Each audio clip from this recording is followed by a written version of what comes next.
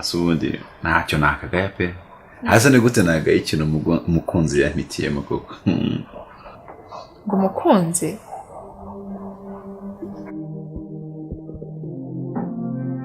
muri make uravuga ngo reka dukore divorce duhane gatanya noneho tukabane nk'uko twasezeranye nyine ivangamutungo risesuye yego ariko mbere y'uko tugabana tubanze tugirane amasezerano ko undimo umwenda ideni wenda niba imitungo yanjye ihagaze yacu kuko ntabwo kiri yanjye njyenyine imitungo yacu ihagaze miliyoni 200 tubanze twandikirane ko undimo ideni ry'amafaranga miliyoni 100 then nitumara kugabana uhite unyishyura.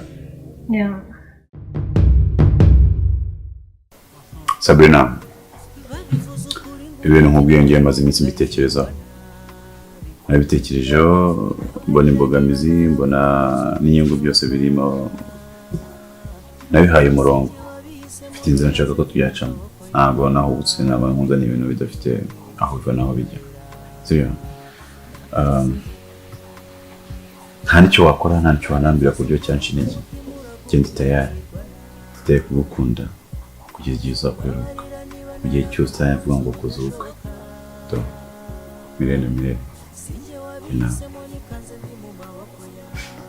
ese uri seri benzi kubitekereza uri tayari kunkunda kugeza igihe nzakweruka simbizi mufite umuntu uzakorana ubwo kugeza akanya simbizi mbara umuntu wantanze bavuze icyifuzo cyawe ntabwo mpakanye kuri umukobwa mwiza pe warasha abasore benshi pe ariko ndamya neza ntashidikanya ko ndi umusore ugukwiye. ese vo kuri umusore mwiza ukaba ufite amafaranga ukaba uri n'ibogari ko icyo wakwihambira gutyo wabimenye mfite undi muntu dukundana cyangwa zo wenda iyo uza kubimbwira mbere byari gukunda kuko nta kintu ubaye pe rero ntabwo byashoboka.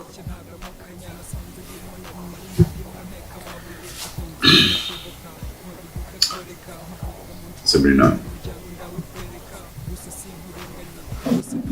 ibyo ntacyo bintwaye njyewe sibyo kuba ufite umuntu mukundana ndabyumva ariko nta rembe yafashe ntabwo yakoye ntabwo murangiye mu murenge wayi natwe utadufata turi babiri kare umuntu ufite gahunda evogera ngo njye ntendeka ntabwo ushobora kubikora ntabwo mvuze ngo tutendeke dukunde turi babiri ubona muri kujya mu mujyi umwe aba ari uwo none si ubwo niba bitabaye byitwa gutendeka byaba byitwa iki kandi nta mbatunze muri babiri ntabwo dutunze bavuze ko dukunda turi babiri yego kuvuga muri babiri nanjye byaba ubifate nk'ari amaya kugerageza kugira ngo bigufashe guhitamo neza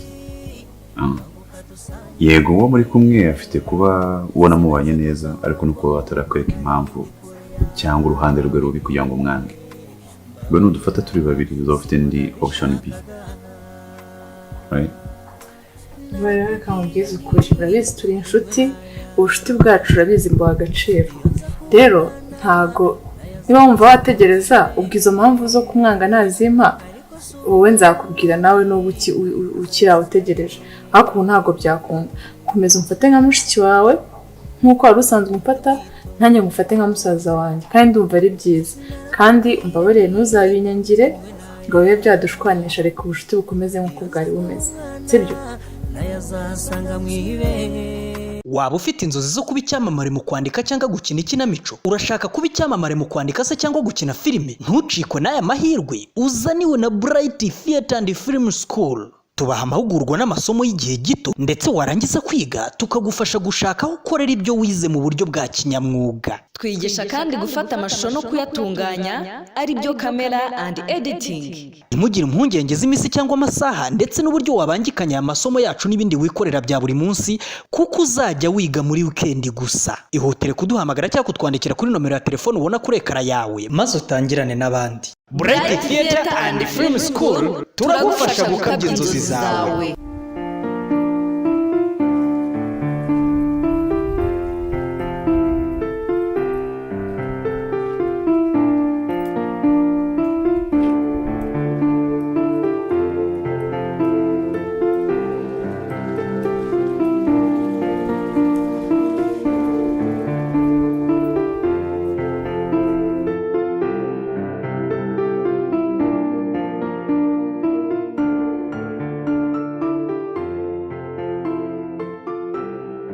amakuru yawe? Amakuru ni meza. Ukoramo hano?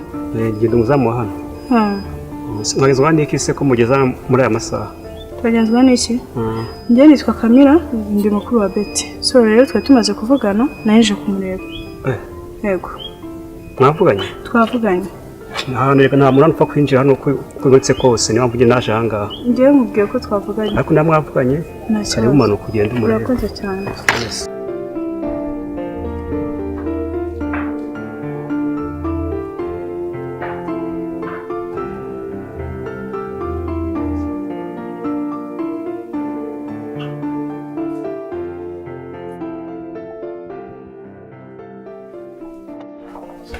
Abasha. Umushyitsi. Nde? None murumuna wawe. Sisi. Sava. Sava. Bari mukumbuye nanjye. Umeze neza? Yego, ni karibu. Amakuru se? Amakuru ni meza. Kubikeza utaje. Impamvu mbeshye ngo uraza ntiwaza? Ntabwo nakubeshye. Impamvu ejo ntaje nawe twitegura ikirori cy'umushuti wanjye. Iki ngiki mvuyemo urabibona ko mvuye mu kirori. Ariko ikindi kintu cya kabiri ni uko natekerezaga ko umugabo wawe ashobora kuba ahari. Umugabo wanjye w'umwana mwiza ntabwo abashyitsi bajya bamubangamije. So rero feel free anytime waza. Rega ndi sister wawe, ugomba kuza igihe ubishakiye. Sister rega hari ikintu ndengagiza. Impamvu nyamukuru yatumye ntekereza ko udashaka kuza aha ngaha n'umugabo wawe ahari, urayizi ni kuri kwirengagiza. Niyo mpamvu. Nese sister wigeze mbona mu bukwe bwawe? Ariko wari urwaye ntwambwiye kandi wari urembye. Ese wari kuza mu bukwe kandi umeze nabi? Nari ndwaye. Narakubeshyaga kiragiye ntabwo nari ndwaye. None kwica utanahize kare. Ni ikihe kibazo? Ntabwo nakubwira ngo ikibazo ni iki, ariko nawe urishobora neza yuko ubukwe bwawe ntigeze mbuzamo. Nubwo wowe wari uzi ko ndwaye, ariko njye mfite ukuri kwanjye ko ntari ndwaye. Gusa mbabarire. Gusa none ibintu mbereyemo ni ibiki? Mbese ubukwe bwanjye n'umugabo no kuza hano bihuriye he? Uzabimenya. Byari.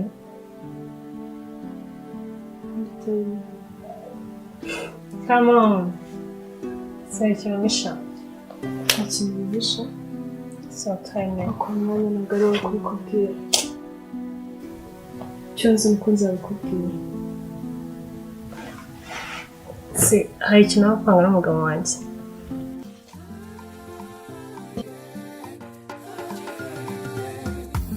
Ile mchanga nishachimba na kama jembe nishalima, msimu mzima mafuno hakuna, mjini kakimbilia kwa kupiga moyo konde.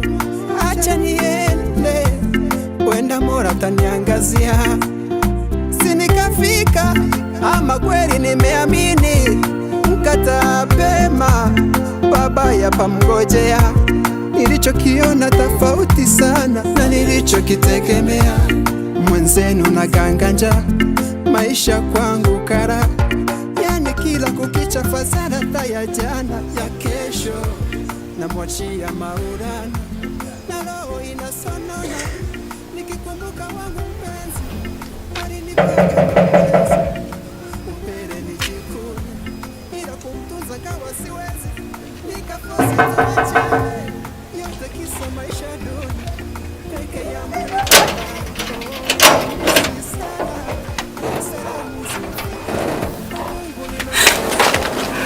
Kurya mukuru.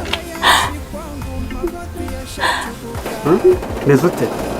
Dore mfite ikibazo. Kurya bite? Meze bite? Ndatwite. Uratwite? Utwite.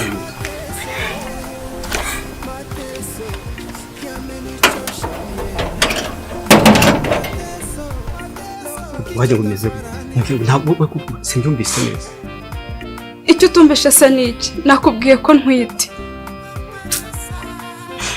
kandi urabizi neza yuko ahantu batari iwacu abantu nk'ari baramutse ko babimenye, urabizi neza bazanyirukana nta hantu mfite ho kujya.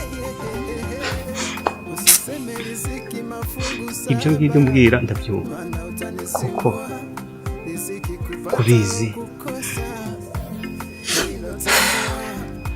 abizi ndagukunda, ariko kumbwira ko twite ubu urabona aka kanya nakoreke nabigenza nawe ngira inama. ibyo mbwira ndabyumva ese koko aka kanya nakoreke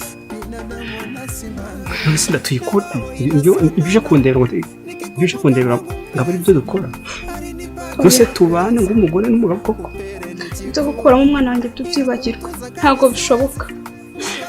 Uyaranje yaranje gute koko? ntabwo mbizi, ubishakira igisubizo kuko byose nawe wabiteye. Iyo wemera tukirinda ntabwo havemo izi ngaruka zose. Uyaranje nk'umugabo ushaka icyo gukora ariko ibyo gukura mu mwana wanjye ubyibagirwa.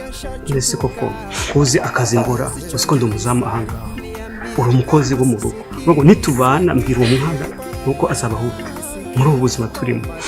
Ntabwo mbizi pe. Nubwo byose rwose ubinshinja pe, nubwo ubinshinja kano kanya ubuke ko n'ibyabaye mu rukundo rwacu, sibyo? Nubwo nanjye nishimye muri icyo gihe nawe ubwawe wari wishimye. Sisi, ushobora kumbwira ikintu kiri hagati yawe n'umugabo wanjye kandi ntumbeshye? Sister mva mubwira kandi igihe sinakubeshye. Ibintu wowe uri gutekereza ushobora kuba biri hagati y'umugabo wawe nanjye ntabwo ari byo birimo. Ahubwo kamubwire ukuri kose ku kintu cyatumye naza mu bukwe bwawe. Chris ataragaruka mu Rwanda ngo mukorane ubukwe. Yari afite business mu Rwanda nyine already ariyo nkoramo. Yari afite inshuti ze mu Rwanda arangije ababwira ko akeneye abandi bakozi bakora muri business ye. Muri izo nshuti ze rero niho harimo nanjye iyo nshuti yanjye yandangiyemo akazi kwa Chris. So rero Chris uwo mushuti wanjye ambwira yuko agomba guhereza Chris amafoto ibyangombwa buri kimwe cyose, arandeba anyemeza ko nawe umukozi wiwe. Noneho rero Chris nza kumenya ko mufitanye ubukwe, ndabibona nka sister wawe, ariko icyatumye nabutana uko nabonaga yuko atakemera yuko nkora muri iyo business kandi mukuru w'umugore wiwe. Sister nukuri mbabarire nicyo kintu cyatumye nataha ubukwe bwawe. Wait, ushatse kumbwira ko wasibye ubukwe bwanjye kubera akazi? Wandutishije akazi? No, sister wibyumva uko nguko. Ntabwo nakurutishije akazi. Urabizi igihe nari mazanze ndi umushomeri, ariko nagombaga kujya kugira gute gukurikiza iby'akazi. Ubukwe ni rimwe mu buzima, ndizera uzabona n'ibindi birori byinshi, ariko ikiri hagati ahangaha sinkeneye ko Chris amenya yuko tunaziranye ahubwo, kuko byatuma akomeza kunyishisha ko gukora akazi, kuba nakora akazi ka business y'umugabo wawe ndi mukuru wawe nyine nawe urabyumva ko bitagaragara neza. Ashobora guharanira ko umuryango wacu nyine udaseba, kandi igihe nkeneye akazi, nkeneye amafaranga. Ubushomeri hanze bwari bumaze kundambira, sinkeneye gusubira mu buzima navuyemo. Ibyo rero uzabimanaginga gute nimba wumva urumva icyo kintu uzagisha Chris mu buzima bwawe bwose? None se nabimenya nabyo ko bizaba nabi. Okay, ibyo birumvikanye, ariko reka mubwire ikintu kimwe. Ndamutse nsanze hari undi mubano ufitanye n'umugabo wanjye, ngira ngo neza uranzi ibintu nagukorera. Ibyo kuba uri sister wanjye byo nabizi ko ntahita mbishyira ku ruhande. Ese sister kuki utekereza ko hari ikindi kintu kibyishimo? Njyewe unyizere nka mukuru wawe nkubwije ukuri, ikintu cyatumye ntaza nako kazi konyine nta kintu. Okay, reka mbyizere gutyo, ariko biba bimeze kuko bibaye atari ko bimeze. Hari ahandi hantu waba uri kunsunikiriza. Si urimo urantinza urajya gukisa nsanga.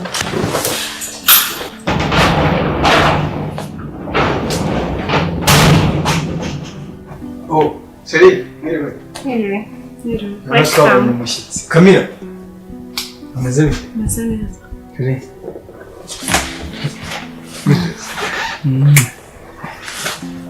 Kamera wadusuye? Nabasuye. Nari musanze ngiye. Ata Jeanette mubwira abaretse abagumye hano nta mpamvu yo kwirukanka. Ariko hano hari uburiri bwinshi sibyo dufite ibyumba by'abashyitsi gusa ziruka ryama nyine ni karibu urugo ni urugero. Nta kibazo. Reka utabitubwiye nta kibazo. Kamera reka nze gato ahubwo tuganire. Yego. Nizere ko udahita ugenda nyine. Ubwo nanjye ndakenera ko tuvugana.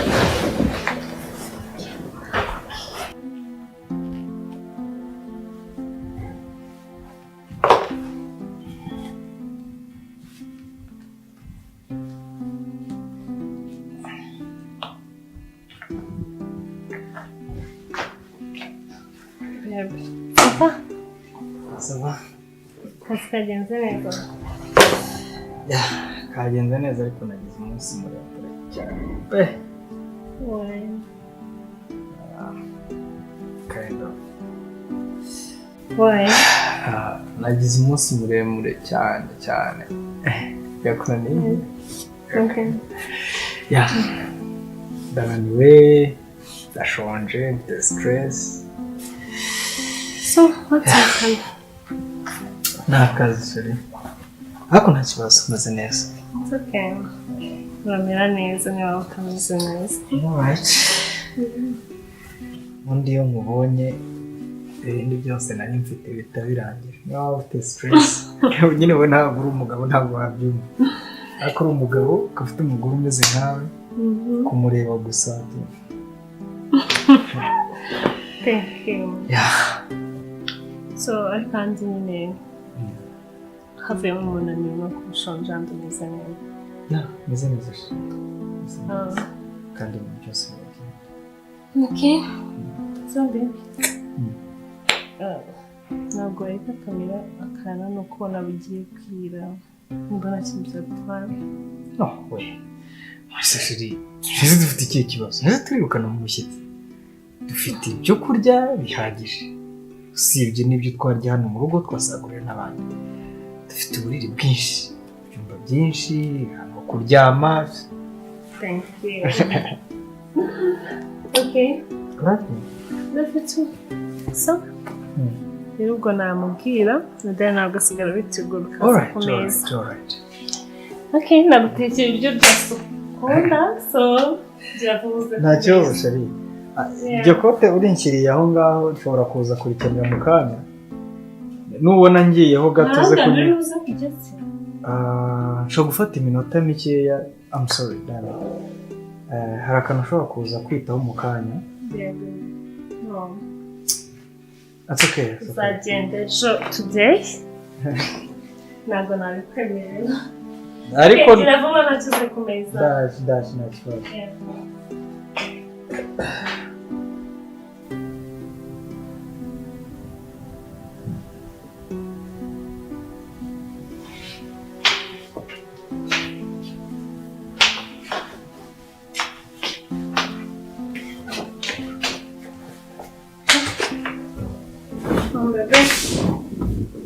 Ntugire ikibazo ibintu byose byakemutse. Ibiki? Mbahora utamubwiye Chris ko tuvukana. Sikumva byaguhangayikishije cyane. Don't worry. Ahubwo ugiye kurara hano bisanzure nta kibazo na kimwe. So, rero tuzatuma bwa nyuma. Nta kibazo. Gusa ntabwo babona ko nari ngukumbuye. Dukeneye umwanya. Ngukumbuye cyane. Nari narabuze aho ngira. Ariko nari ngukumbuye. Okay, so ndaje mwereka icyumba rero. Ndabona gitunganye ikibuza kwaramo. Nta kibazo sister wabizi ko ngukunda. Let's go.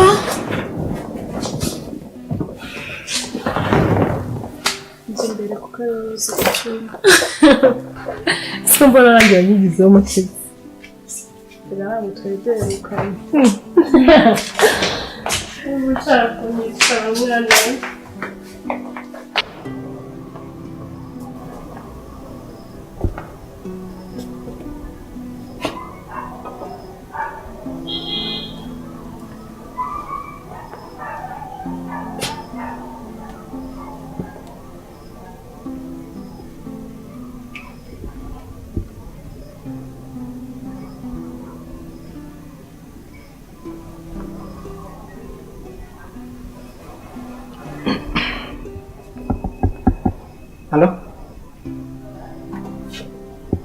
ubu neza neza pe ntazo mfite cyane no ntacyakanuka ntacyo mfite n'ubu ngubu na boss aramutse asohotse akawusanga hano yahita anyirukana. Nakubwiye ngo yiyanaje nk'umugabo none urabona ngiye mbigenza nte ndajya hehe kubizi neza ko ninsubira banyirukana. Oya ihangana ntabwo bose bahita bakwirukana urabona ko iracyari nta ntabwo iragaragara. Mabuja yatangiye kunkeka ugira ukasi byibuze ibimenyetso by'umuntu twita se yabiyorwa kandi ari umuntu mukuru. icyo muri cyashoboka cyo wagenda cyangwa dushaka isubizo byibuze pe muri iminsi bwazakugesha ihangana rwose ihangana.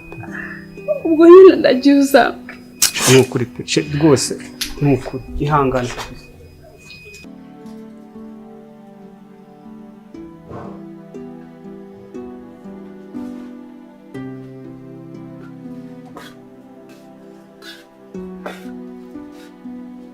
Mwarimu mpamagaye.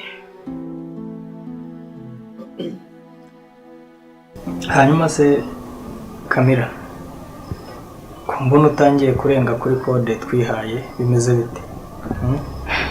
Twumvikanye ko nta mukozi wanjye uwo ari we wese wemerewe kuntunguza gahunda yo kubonana nanjye cyangwa se kunsanga ahantu runaka tugahuriraho tutakagombye guhurira tutumvikanye. None wowe dore jugujugujugu no mu rugo ngo ba uzi ko ushobora guteza ikibazo ariko gatuma ngirana umubano mubi n'umugore wanjye akeka ko nguteruta. Ariko mbabarire rwose sinarinje hano mbigambire cyangwa ngo ari we narinje kureba. Kiye naje hano nje kureba Betty kuko twari twavuganye. Hanyuma se Kamira utangiye kujya ubeshya? Tutangiye kumbeshya kandi nzi ko utajya upfa kubikora. Betty muraziranye se mu bisanzwe muhurira kuki muvugana mute nyine ni umuntu muziranye cyangwa? Christian ntabwo mu mabwiriza nahawe nawe cyangwa se n'uburere mfite ntabwo harimo kubeshya kandi ndabizi ko ubizi. Mu by'ukuri nubwo bigoranye ariko ntabwo ngiye nzigera nkubeshya ngiye kukubwiza ukuri. Betty ni umuvandimwe wanjye.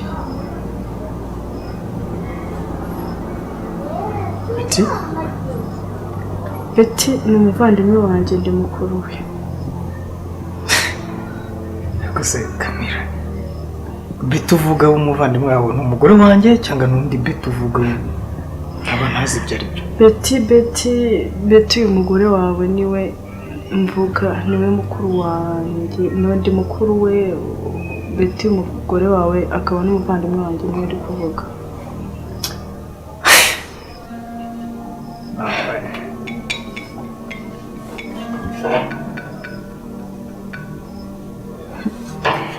Ibizi biragutunguye.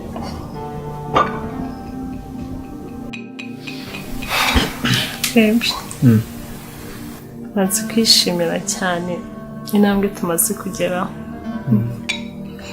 Barumva nyine tugomba kuba intangarugero ku bajene mariye bose. Ariko se turacyari abajene mariye? Turabajene mariye nose ari turasaza. Tuzanabishobora ariko tuzashobora ku buryo nk'ahantu dutuye buri muntu wese ushaka inama ku rugo cyangwa ushaka kubaka umubwira ngo genda ubaze kwa Kristo. Kandi tuzabigeraho. Tuzabishobora. Dukomereze umurongo mwiza kandi ntabwo tumaze kugeraho imikizere cy'ejo hazaza.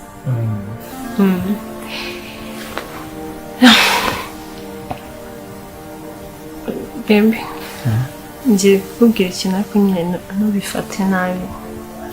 Oya nta kibazo. Uriya mukobwa waraye ahangaha ni umuvandimwe wanjye. Ndabizi. Baby ubizi gute?